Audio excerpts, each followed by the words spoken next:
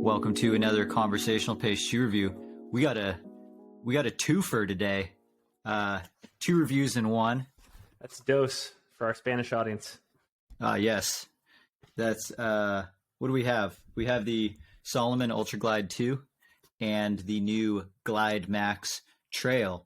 This is a new model to this. It's kind of a new model to the Salomon lineup. Like they just called it the Glide Max last year, and it seemed like it just totally got forgotten about in the lineup. So they've given it a little revamp.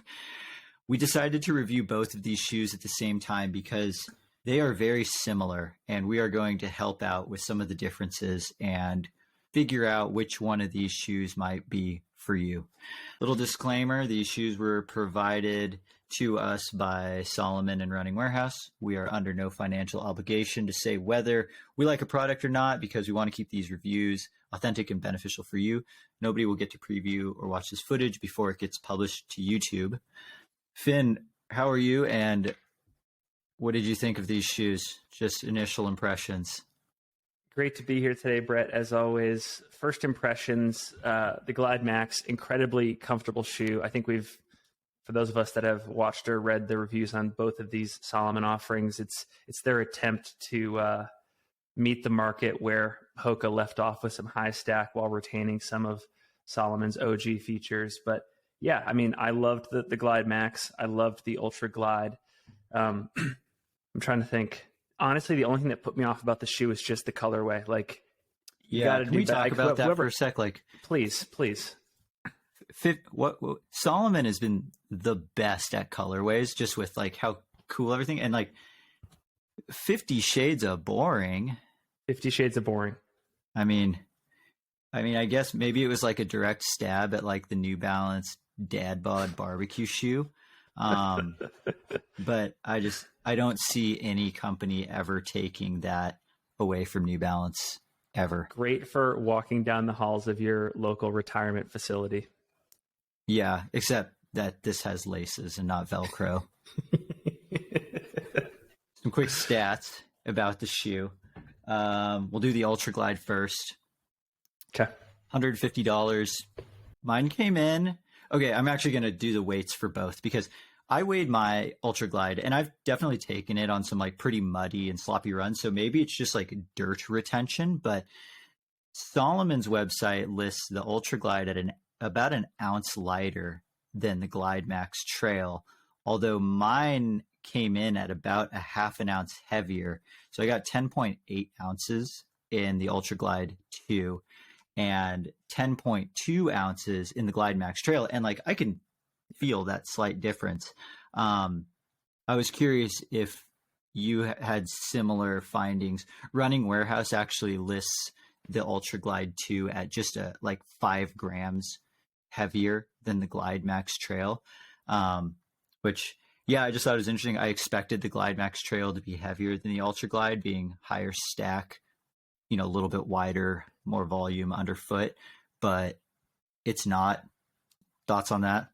100%. Yeah, I'm just doing the hand test here. Don't have the scales on me. Glide Max 2. I'll actually go as far as saying it actually feels significantly lighter than the Ultra Glide. Yeah, and maybe that's just due to kind of what Salomon designed these shoes for, which we'll get on in a little bit later. But Ultra Glide 2 is 26 millimeters in the forefoot, 32 in the heel for a 6 millimeter drop.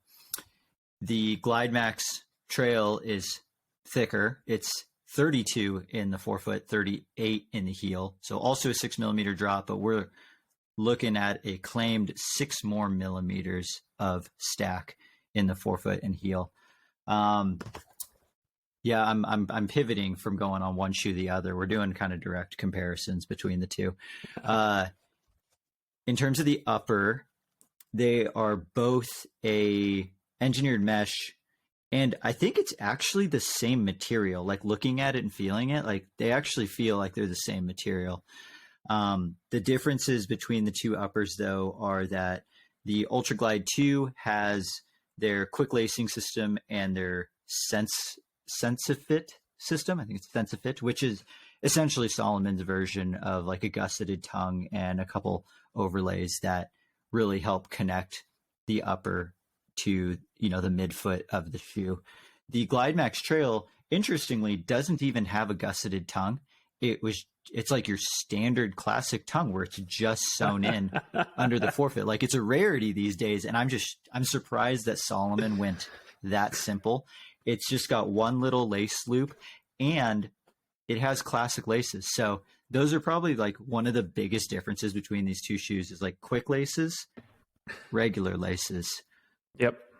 Maybe a little bit more overlay in the toe box too on the Ultra Glide. Yeah, probably a little bit more protection. Both have, plastic heel cup, none of that knit ankle collar stuff from the Pulsar series. The midsoles are actually the same foam. So it's Salomon's Energy Foam, which is that EVA olefin combination, which is, I believe, the same foam in the Pulsar Trail Pro 2 that we already reviewed. Biggest differences are just the shape and the amount that they use. The Ultra Glide does have Salomon's rock plate in it, so it's called a Pro Film plate, and it's actually really not a plate. It's actually like a very thin, very flexible piece of plastic that it doesn't eliminate the feeling of rocks, but it eliminates the chance of them bruising your foot. So this has actually been one of my favorite versions of a like protective trail running like plate in a shoe, because you don't lose that feel and like kind of that ground feel with the shoe, but you're not running very timid due to like very aggressive rock hits. The Glide Max Trail does not have the Pro Film, so it's just foam and then outsole. They both have the same 3.5 millimeter lug Contigrip. It's the all-terrain Contigrip, so it's supposed to be the rubber that kind of works for all conditions. 3.5 millimeter lugs, those aren't very deep lugs, so like neither of these shoes are really meant for super sloppy terrain. Really, the biggest difference between the outsoles are that the Ultra Glide, well, one, at the base, it's wider. Like the actual part that touches the ground is wider. The Glide Max Trail is wider than the Ultra Glide 2. This is going to challenge me this episode with the shoe names and comparing them. Yeah, I might just try that again. Biggest difference between the outsoles is that the Glide Max 2 is just wider underfoot than the Ultra Glide 2. There's also a pretty good size like channel cut out right underneath the midfoot. Yeah. And I was trying to figure out exactly what that was for. My guess is 1, a little bit of weight savings. 2, perhaps with this much stack of the shoe, full contact outsole underneath maybe made the shoe a little bit too stiff and clunky. So carving out a channel right underneath the arch actually allows just a little bit of flex and give under that part of the shoe.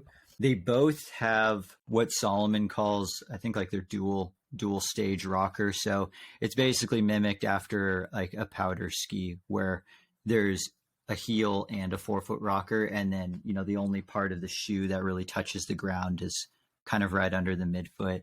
Pretty common with a lot of heavily rockered shoes. Finn, what kind of... Oh, go ahead. I was just going to say with the outsole, neither is crazy, like big lugs either, like almost identical lug patterns. And it feels like you could take these on multiple different trail surfaces and be at least okay in all of them.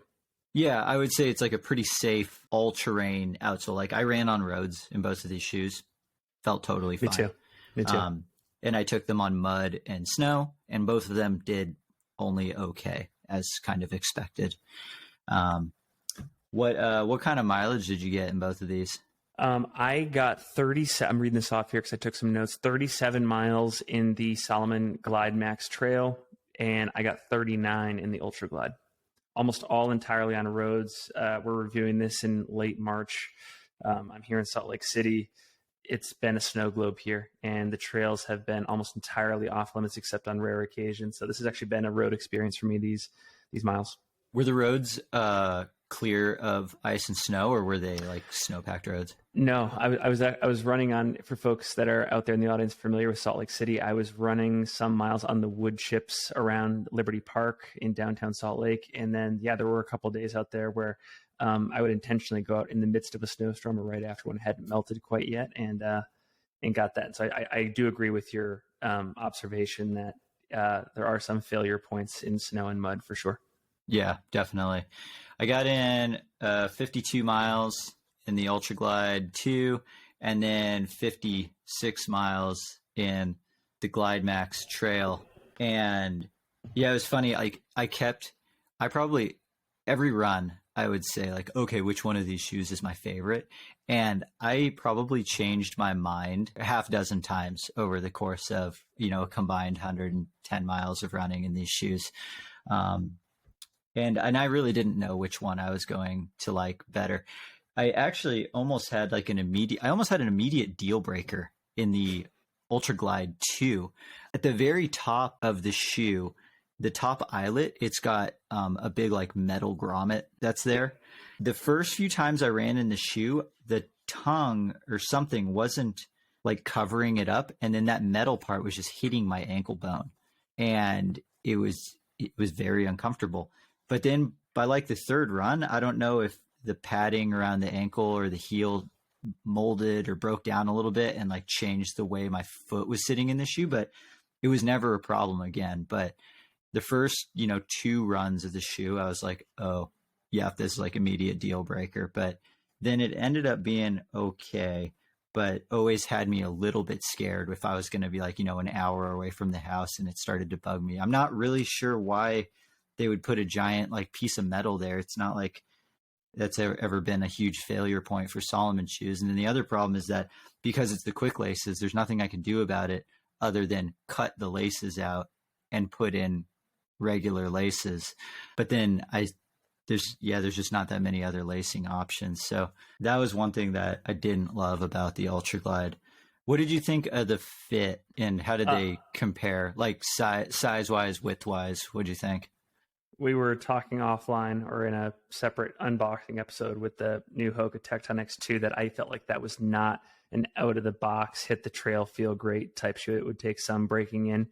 This was both of these shoes were the exact opposite. I do think that when you're buying either the Ultra Glide or the Glide Max Trail, you're getting a shoe that out of the box you can step into and run to your heart's content and feel comfortable.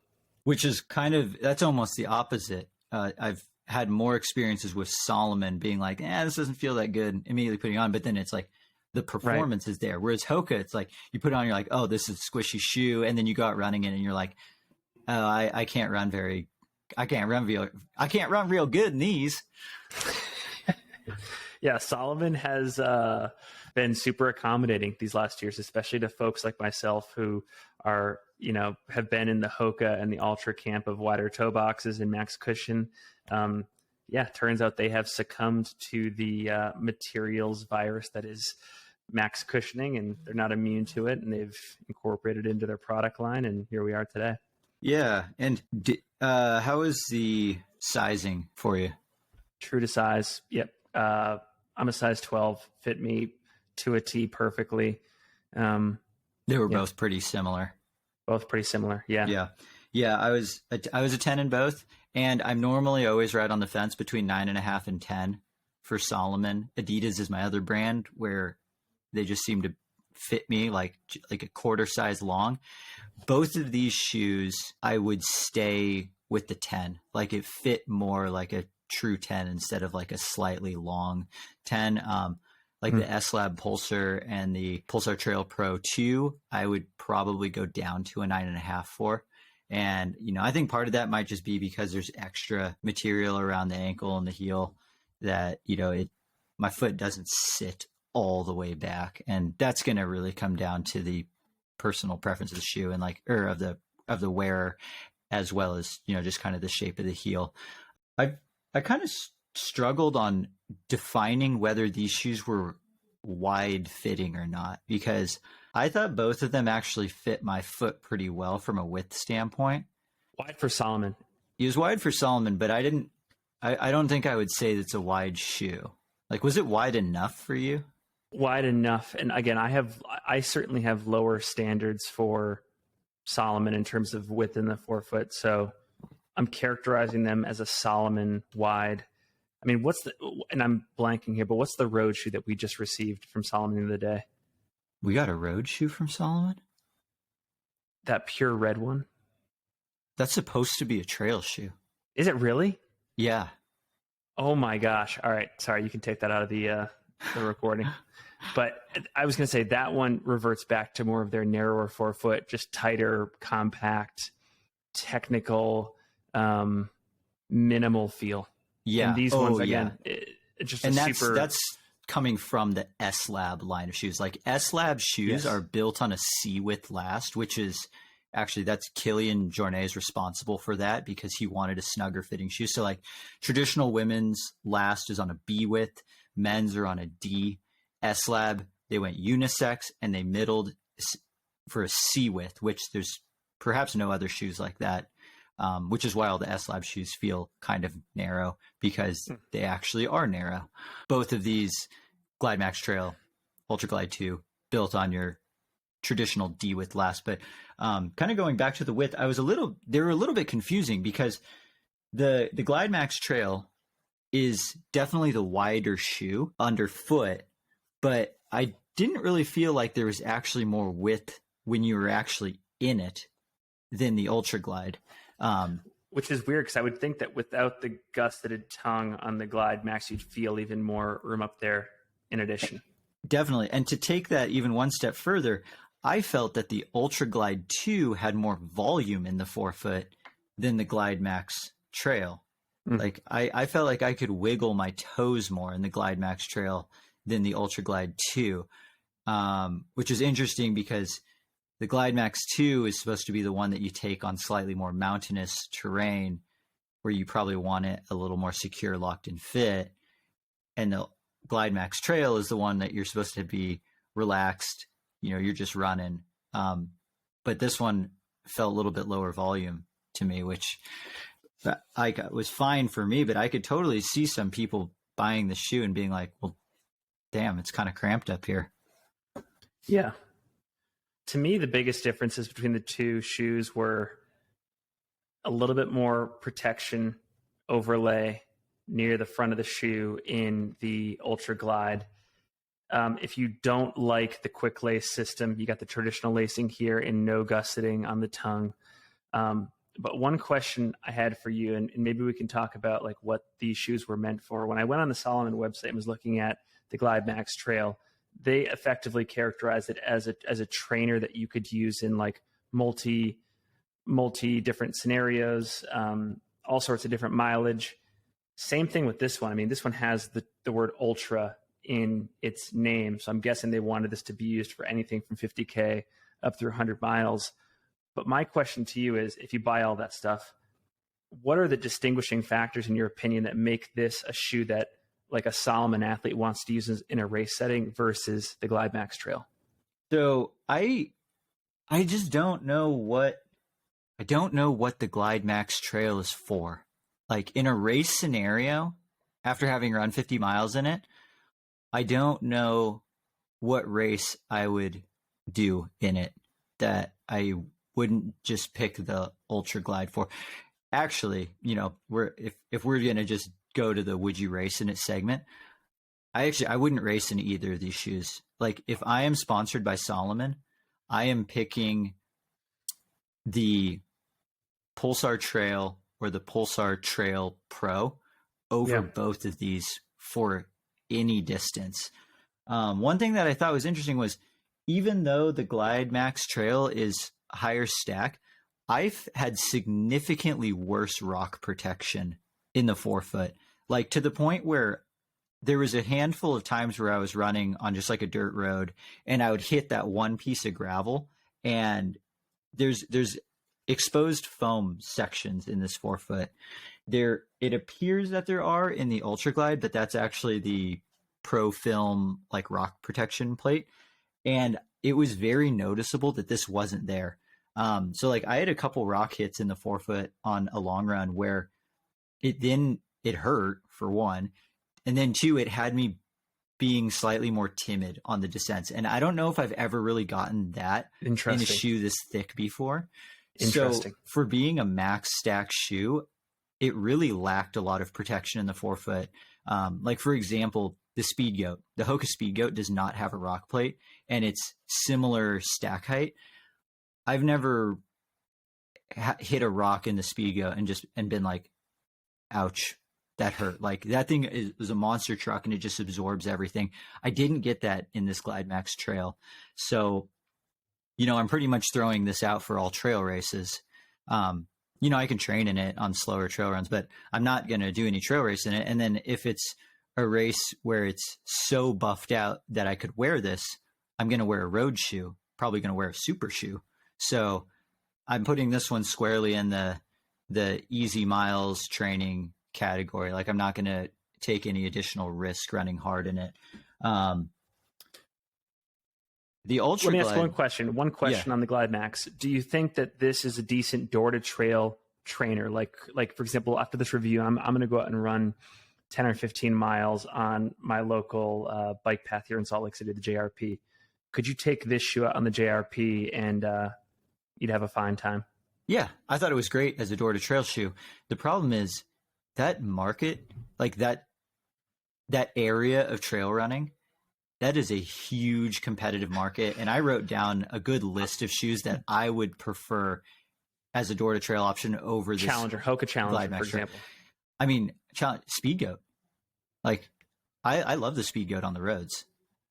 I think it's just fine. The Ultra Glide 2 being a little bit burlier, definitely, like I'm more confident on technical terrain. There's more forefoot protection, so I'm not worried about rocks.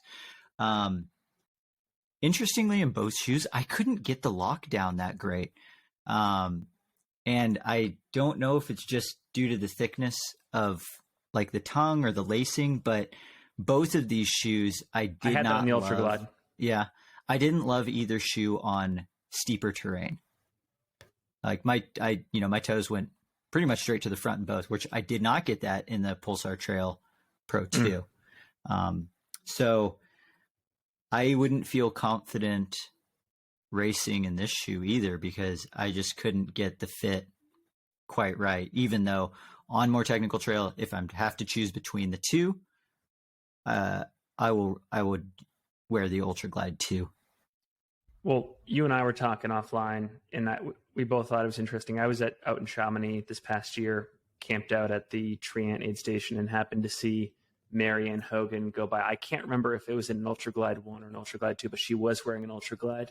Did not see what Matthew Blanchard was using, but it's interesting that an elite athlete on the Salomon roster chose this shoe for UTMB. And I'm agreeing with you, but it's interesting that she went there with this shoe. Yeah, and I think so much of that comes down to try all the different ones and pick the one that's most comfortable.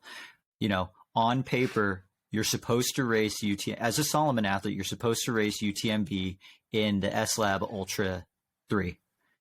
But that shoe is a little bit less cushioned and it's a little bit narrower than the Ultra Glide 2 or the Ultra Glide 1.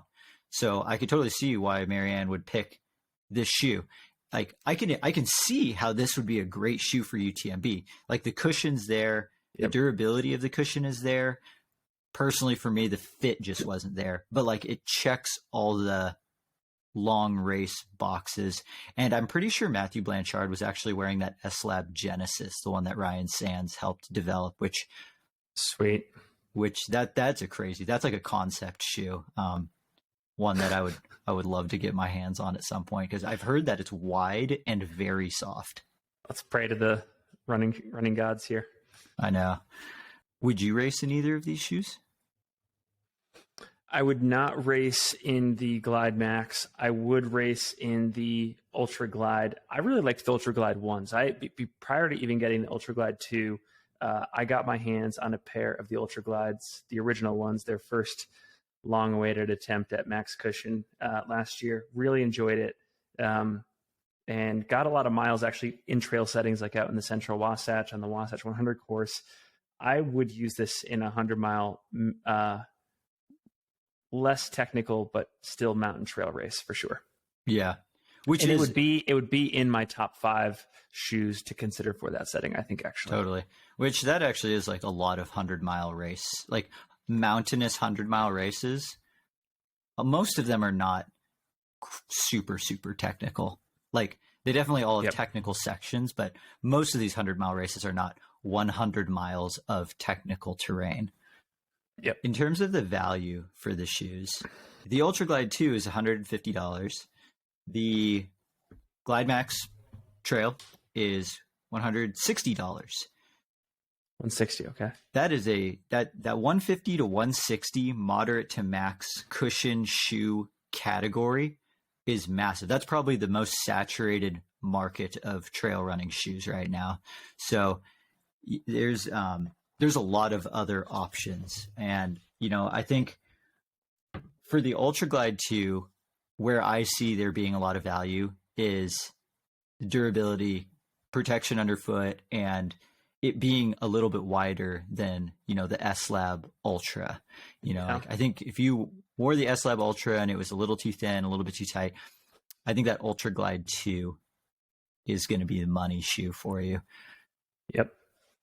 Yeah, I was just doing a quick Google search. Like the Hoka Challenger, which I'm kind of comparing to these two shoes, is $145, and that's about what I want to pay for that type of shoe. Yeah, like I think the Ultra Glide 2 is better value than the Glide Max 2. The Glide Max 2 is $160, and I don't feel like I got $160 worth of cushion out of the shoe. On the roads, it actually felt fine, but then I feel a lot of rocks in the forefoot, and it was just kind of surprising. Because for $160, so here's some shoes that you can get for $160 or less that I would say compare right against that Glide Max Trail. The Hoka Speed Goat, the Asics Trabuco Max 2, the Nike Zagama, and the New Balance Fresh Foam More Trail. Yep. Like, are those better shoes? I think it'll come down to the person and the foot, but I do know that I've tried on and run in all four of them. All of those four shoes, I had zero issues with rock protection in the forefoot. Like, those things were all monster trucks, and they all felt great on the roads because they had so much cushion. So I struggle a little bit with the value for the Glide Max 2. What's your debate question to the audience for this episode? I don't know. I was trying to think of what the debate question is, and I guess the question is like, does Salomon need the Glide Max Trail in the lineup? Like, I'm just not sure if it's different enough from the Ultra Glide 2 for it to be its own model. Like, I don't see, like, do you see a spot in your shoe closet where you own both of these? Yeah, I'm saving this one for retirement years. So it's going to hang out in the closet for the next 90 to 100 years, because that's about what retirement age will be, about 130 by the time we're old. Yeah, of course. Yeah. No, I'm curious, has anybody raced in the Glide Max? And if so, what was your experience? Where'd you do it? Yeah. Or did you run? I didn't get to run in the first version of this Glide Max. So if anyone's running both versions, how do they compare? Very similar. Again, it's that TPU overlay around the toe box, more durable there. Maybe a little bit more stack height, and that's it. I think very, very minimal changes. Yeah. Oh, and then I didn't list some comparisons to the Ultra Glide 2 in terms of shoes. So, like, shoes that I feel like line up against the Ultra Glide 2 that you can get for $150 or less: Nike Wild Horse, the Saucony Peregrine, and the Saucony Exodus Ultra, Topo Pursuit, North Face Endurance, Ultra Timp, Hoka Challenger. I guess you could throw the Hoka Speed Goat back in there again. Yeah. So it's a tough market that Salomon's getting into, and I'm sure there'll definitely be the Salomon fans that do everything Salomon that will absolutely get these. But curious to hear everyone's thoughts on what their experiences in the shoe has been like. If you thought this comparison review was valuable, let us know, because we could always do more of these instead of individual shoes, as we get them. Sometimes it'll work out, sometimes it won't. But yeah, please like, subscribe if this was valuable to you. And if you want to try either of these shoes and your local run specialty shop does not have them, feel free to use our links in the show notes to purchase either the Glide Max 2 or there's Glide Max Trail or the Ultra Glide 2, and you purchase will help support the channel. And we will go, I guess, for a run now and start logging some miles and more shoes.